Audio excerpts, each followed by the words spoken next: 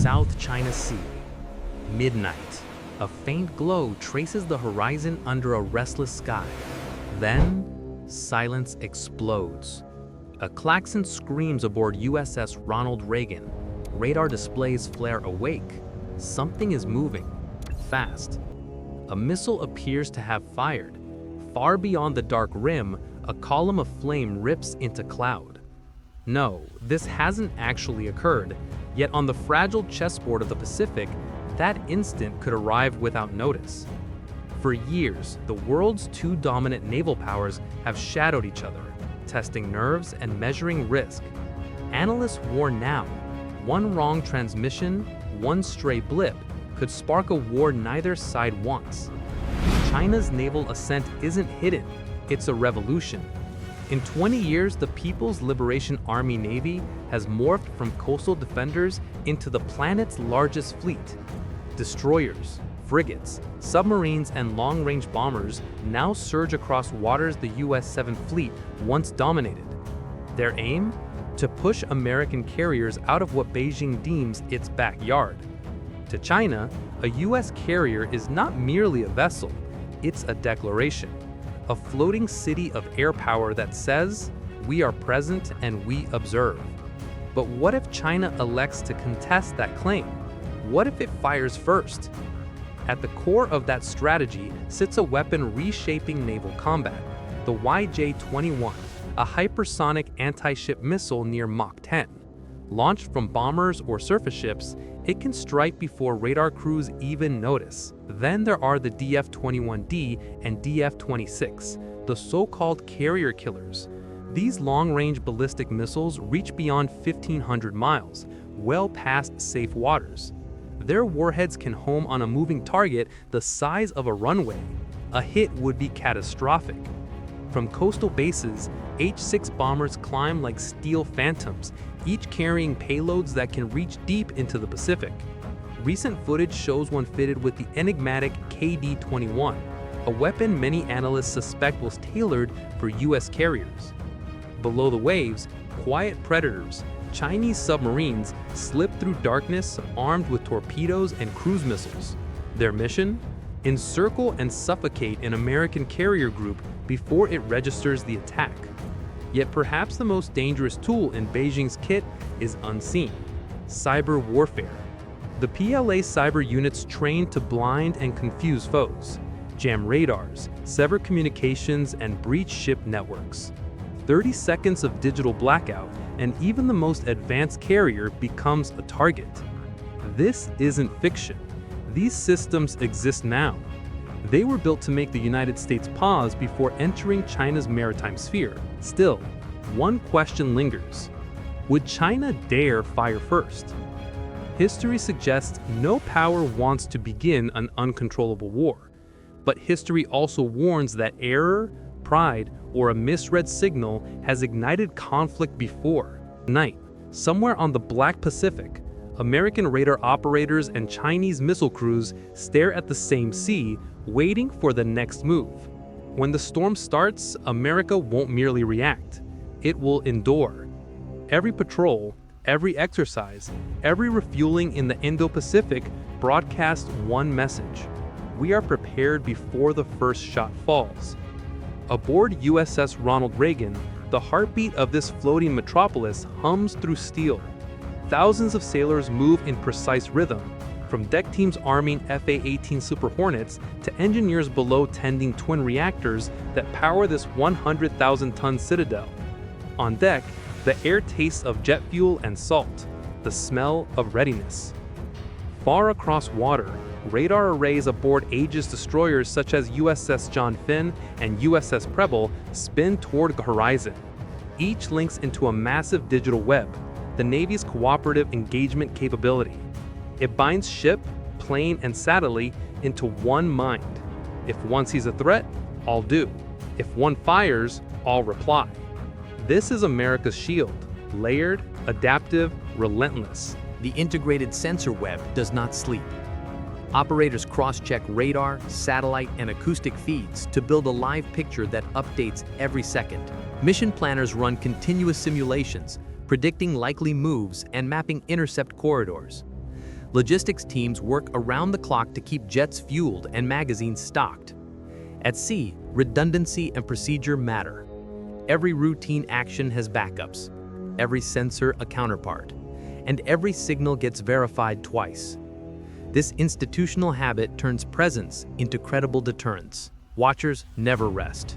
Each ship and aircraft plays a role in choreography decades in the making, forged in wars and refined through near misses. Because the US Navy learned a hard lesson, deterrence is not numbers, but the will to use them. In the control room, voices stay steady, calm against the pulse of tension. Track it. Target locked. Maintain range. It's a language of discipline and restraint, one that has preserved balance in the Pacific for nearly 8 decades. Beneath the surface, the ocean hides its quiet predators. Virginia-class submarines, ghosts in the deep, glide through narrow straits, their sonar arrays painting the dark with whispers of propellers and machinery. Every faint echo could mark a shadow, a potential intruder, a threat.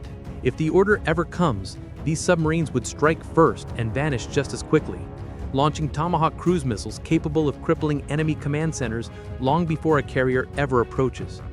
But for now, their purpose is subtler: deterrence through silence. Far above, satellites sweep across orbit, mapping every movement in the South China Sea.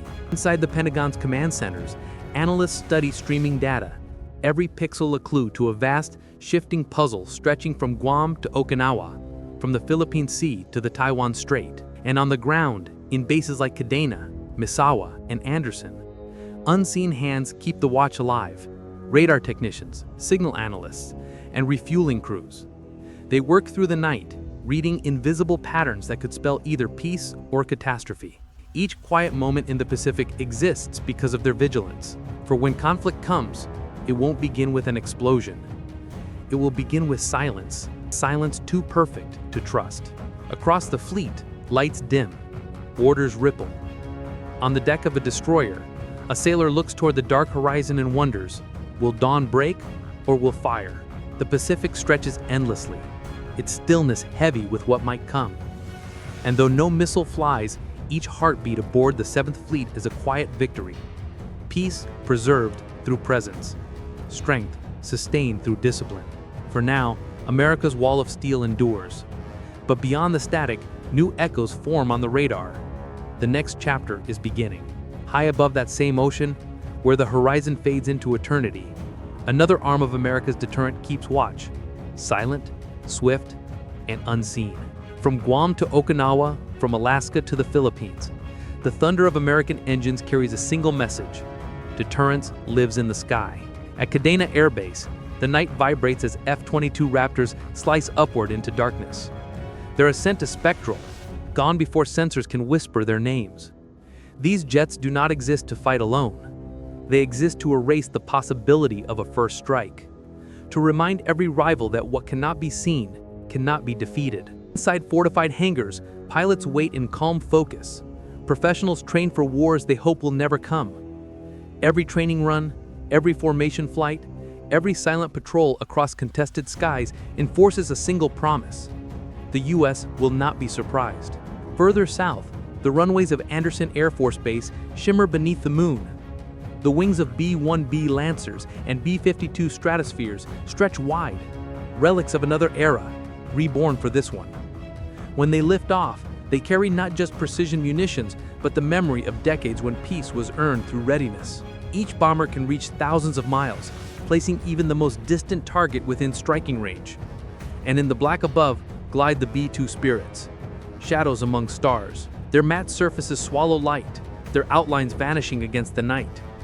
They depart in radio silence, missions known only to a select few. When they fly, nations pay attention, not because they are seen, but because history remembers their purpose. Together, these three wings of power, Raptors, bombers, Spirits, form the invisible rampart of deterrence. Their mission is not domination, but stability. Not conquest, but prevention. Power without escalation. Presence without provocation. From the command centers in Hawaii to the operations rooms in Washington, analysts track every flight path, every radar return. Each maneuver across the Pacific is measured. a show of calm strength meant to assure allies that America's word still stands. Freedom of navigation, of skies, and of choice. Those who serve beneath these wings understand the burden of that promise. They live with sleepless vigilance, sudden alerts, and long separations. Families wait on distant shores, measuring time in deployments and homecomings. In their silence beats the heart of a nation unwilling to yield, a nation that guards peace not through fear, but through readiness. At first light over the Pacific, sunlight catches on the edges of Raptor wings. Below, the carriers glide steady and silent, their steel outlines glowing in the golden haze. Above, the vast sky belongs to none, and to all who rise to protect it. This is not provocation. This is assurance. A vow written in metal, jet exhaust, and courage that the Pacific will remain open, sovereign, and strongly defended. And somewhere between the waves and the clouds, a calm voice breaks the radio. Mission complete. Deterrence secured. Then silence returns, and with it, another day of fragile peace endures. As dawn sweeps higher, the horizon burns with amber light, touching every aircraft and every outpost that bears the American flag. From the ocean's deepest canyons to the cold edges of orbit, the U.S. military stands interlinked, a network of power spanning sea, air, land, space, and cyber. It is a grand symphony of readiness, 1,000 unseen motions, synchronized by purpose, to preserve peace where it trembles, and to hold watch where silence conceals danger. At the core of this network lies command, rapid, digital, adaptive. Data from satellites, drones, and long-range radar flows endlessly into fusion centers from Pearl Harbor to Colorado Springs. Artificial intelligence now reads every trace, tracking ships, aircraft, and launches in real time. The U.S. no longer reacts, it foresees. Every keystroke, satellite pulse, and coded message strengthened an unbroken web of awareness stretching over 10 million square miles of ocean. Beneath that web, the sea stirs with unseen motion, nuclear submarines gliding through black water. These silent guardians form the backbone of America's deterrent, capable of striking any target on Earth with flawless precision. Their crews vanish for months, unseen but unwavering, bound to a single mission: ensure no rival mistakes restraint for weakness. On the surface, carrier strike groups cut through the waves with calm authority. The USS Ronald Reagan, USS Carl Vinson, and USS Theodore Roosevelt move as sovereign fortresses, floating cities of resolve, escorted by destroyers, cruisers, and support vessels. Above, FA-18 Super Hornets thunder into formation beside stealth Raptors, their flight paths weaving the living perimeter of democracy itself, a line drawn not to provoke, but to preserve freedom. Yet the new frontier of warfare no longer stops at the horizon. Some battles unfold in silence, through code and light. Within U.S. Cyber Command's shielded systems, unseen defenders guard the nation's digital arteries. They jam intrusions, trace malware, and secure satellites from disruption. In this invisible realm, deterrence doesn't echo in explosions. It hums quietly through circuits of vigilance. Every piece of this defense, from the sailor on night watch to the analyst behind a glowing terminal, is united by one creed: to defend without pause, to act without fear. This is the unseen bond holding America's Indo-Pacific posture together: discipline, resolve, and the unshakable conviction that liberty must be safeguarded, not merely spoken. Across the region, the same rhythm beats. Japanese F-35s rise alongside American fighters. Australian frigates move in lockstep with U.S. destroyers. Philippine and South Korean bases hum with constant drills. Together, their message travels far beyond the horizon.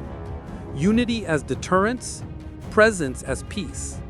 As dusk settles again, calm returns to the sea. Raptors descend through the fading light, their wings gleaming under the deck lamps.